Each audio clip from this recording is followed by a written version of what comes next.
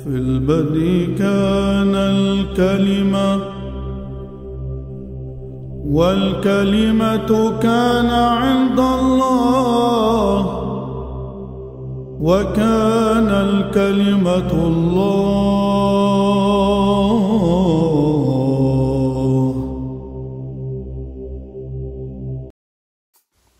Apakah Rasul Paulus membatalkan hukum Taurat? Salam Yesua. Bismillah wal ibn wal ruhil kudus al-ilahil wahid. Amin. Sebenarnya mudah dipahami dan sangat jelas alias terang benderang berkenaan dengan maksud hukum Taurat itu dibatalkan adalah dirombak ataupun disempurnakan dengan hukum-hukum perjanjian baru yang lebih mendalam dan radikal akan kesadaran cinta kasih. Sabda Yesus mengenai perjanjian baru. Cawan ini adalah perjanjian baru oleh darahku yang ditumpahkan bagi kamu. Injil Lukas pasal 22 ayatnya yang ke-20. Kita baca baik-baik apa yang disampaikan oleh Rasul Paulus secara lengkap dalam surat Efesus pasal 2 ayatnya yang ke-13 sampai yang ke-18. Tetapi sekarang di dalam Kristus Yesus, kamu yang dahulu jauh sudah menjadi dekat oleh darah Kristus. Karena dialah damai sejahtera kita, yang telah mempersatukan kedua pihak dan yang telah merubuhkan tembok pemisah, yaitu perseteruan. Sebab dengan matinya sebagai manusia, ia telah membatalkan hukum Taurat dengan segala perintah dan ketentuannya, untuk menciptakan keduanya menjadi satu manusia baru di dalam dirinya, dan dengan itu mengadakan damai sejahtera, dan untuk memperdamaikan keduanya di dalam satu tubuh dengan Allah oleh salib. Dengan melenyapkan perseteruan pada salib itu, ia datang dan memberitakan damai sejahtera kepada kamu yang jauh dan damai sejahtera kepada mereka yang dekat. Karena oleh Dia kita kedua pihak dalam satu roh beroleh jalan masuk kepada Bapa. Kalimat kunci atau ayat yang dipermasalahkan para polemikus. Surat Efesus pasal 2 ayat yang ke-15. Sebab dengan matinya sebagai manusia, ia, dalam kurung Yesus, telah membatalkan hukum Taurat dengan segala perintah dan ketentuannya, untuk menciptakan keduanya menjadi satu manusia baru di dalam dirinya. Jika kita menerjemahkan kalimat kunci ini dari bahasa aslinya secara harafiah, maka kurang lebih akan bermakna begini. Kematian dalam daging akibat perseteruan itu, maka hukum ketentuan-ketentuan yang diekspresikan dalam dogma-dogma, dalam putusan-putusan, dalam undang-undang yang diterapkan bagi bangsa lain, padahal bangsa lain semestinya tidak harus mengikuti itu, maka itu telah dibuatnya batal dengan sendirinya. Jadi bukan Yesus membatalkan hukum Taurat secara esensi, melainkan hukum Taurat yang lama secara lahiriah yang diperuntukkan bagi umat perjanjian lama itu batal demi hukum karena tidak efektif maupun relevan lagi. Karena apa? Dengan matinya di kayu salib, dengan cinta kasih yang berkorban sehabis-habisnya bagi umat manusia dan bahkan bagi para musuhnya, Yesus telah merobohkan hukum-hukum Taurat yang mendiskriminasi pihak lain. Rasul Paulus tidak membatalkan hukum Taurat, melainkan Rasul menjelaskan bahwa Yesus telah merombak hukum Taurat yang lama itu. Karena dalam surat Roma pasal 3 ayatnya yang ke-31, justru Rasul Paulus meneguhkan hukum Taurat. Namun hukum Taurat yang baru, hukum Taurat yang disebut sebagai hukum-hukum perjanjian baru, ataupun hukum cinta kasih. Mari kita eksplorasi ayat-ayat lain yang dipermasalahkan maupun dipertentangkan oleh para polemikus. Kita akan mudah memahami dengan kalimat-kalimat kunci. Pertama, Injil Lukas pasal 16 ayatnya yang ke-16 sampai yang ke-17.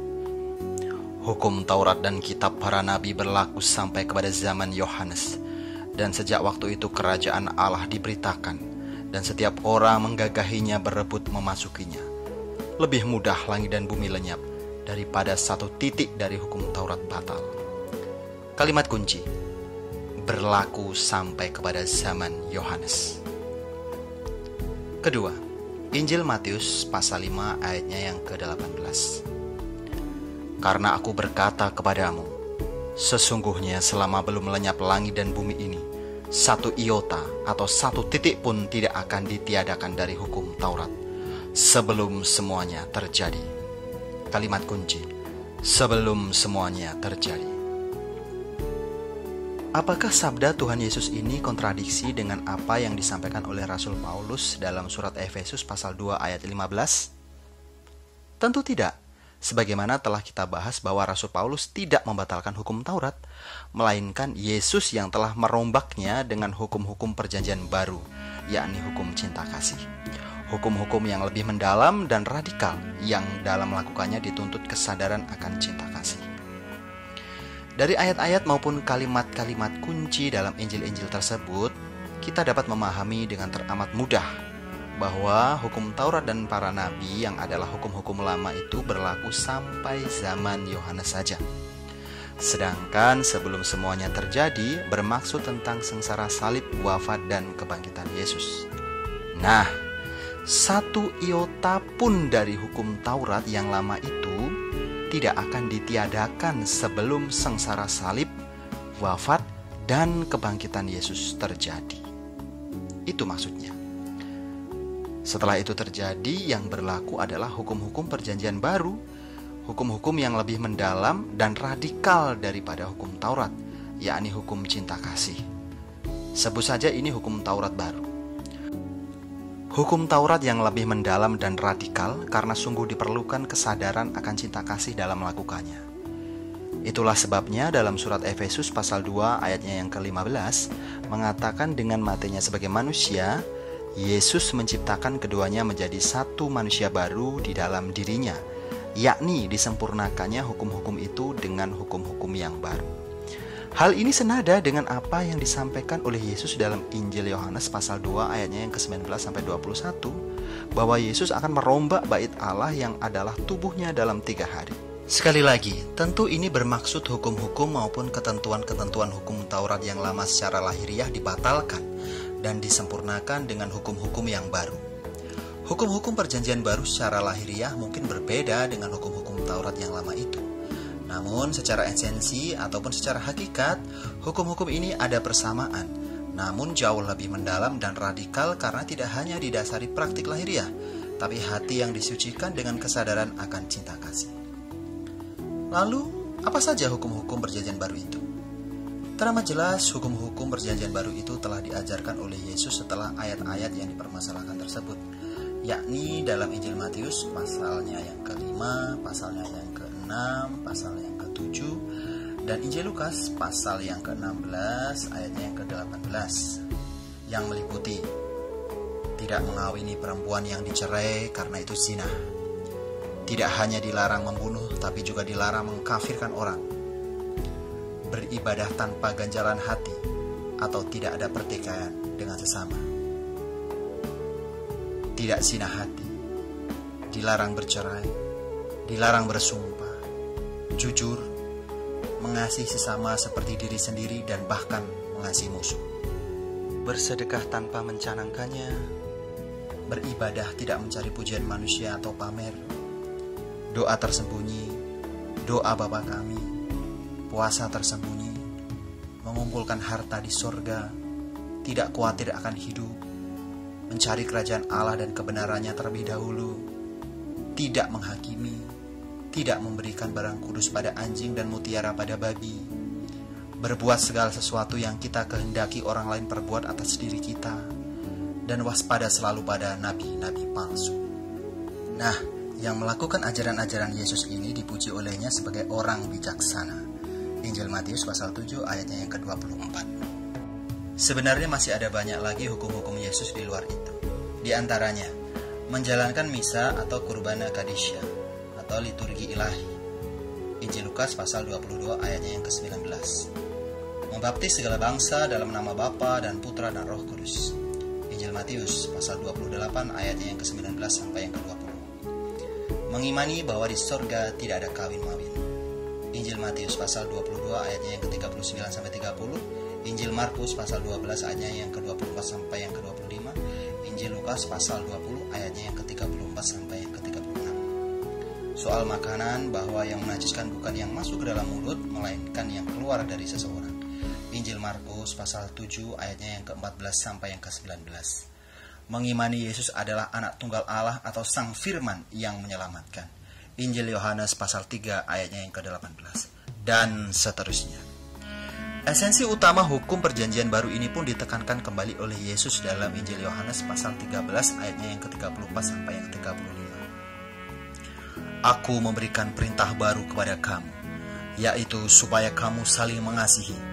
Sama seperti aku telah mengasihi kamu, demikian pula kamu harus saling mengasihi. Dengan demikian semua orang akan tahu bahwa kamu adalah murid-muridku, yaitu jikalau kamu saling mengasihi. Apa dengan demikian seluruh hukum Taurat yang lama itu tidak dipakai lagi? Sudah saya katakan secara lahiriah atau kulit ada perbedaan, namun secara esensi maupun hakikat tetap ada persamaan. Bedanya hukum-hukum perjanjian baru itu lebih mendalam dan radikal, karena sangat diperlukan kesadaran akan cinta kasih, baik cinta kasih kepada Tuhan maupun cinta kasih kepada sesama manusia. Misal beberapa contoh dalam hukum Taurat secara moralitas. Orang diharuskan tidak menyebut nama Tuhan dengan tidak hormat, menghormati orang tua, dilarang membunuh, dilarang mencuri, dilarang berzina, dilarang bersaksi dusta, dan seterusnya. Tentu hukum-hukum perjanjian baru yang menekankan cinta kasih kepada Tuhan dan sesama tidak akan berlaku tidak hormat kepada Tuhan maupun orang tua, dan tidak pula akan berbuat sesuatu yang merugikan orang lain. Hukum Taurat yang lama melalui Nabi Musa memang lebih diperuntukkan bagi umat perjanjian lama, yakni umat Israel lama. Sedangkan hukum perjanjian baru lebih diperuntukkan bagi umat Israel baru, yakni seluruh umat manusia di dalam Yesus Kristus. Itulah sebabnya Alkitab dalam Injil Yohanes pasal 1 ayatnya yang ke-17 sampai yang ke-18 berkata, "Karena dari kepenuhannya kita semua telah menerima kasih karunia demi kasih karunia. Sebab hukum Taurat diberikan oleh Musa, tetapi kasih karunia dan kebenaran datang oleh Yesus Kristus."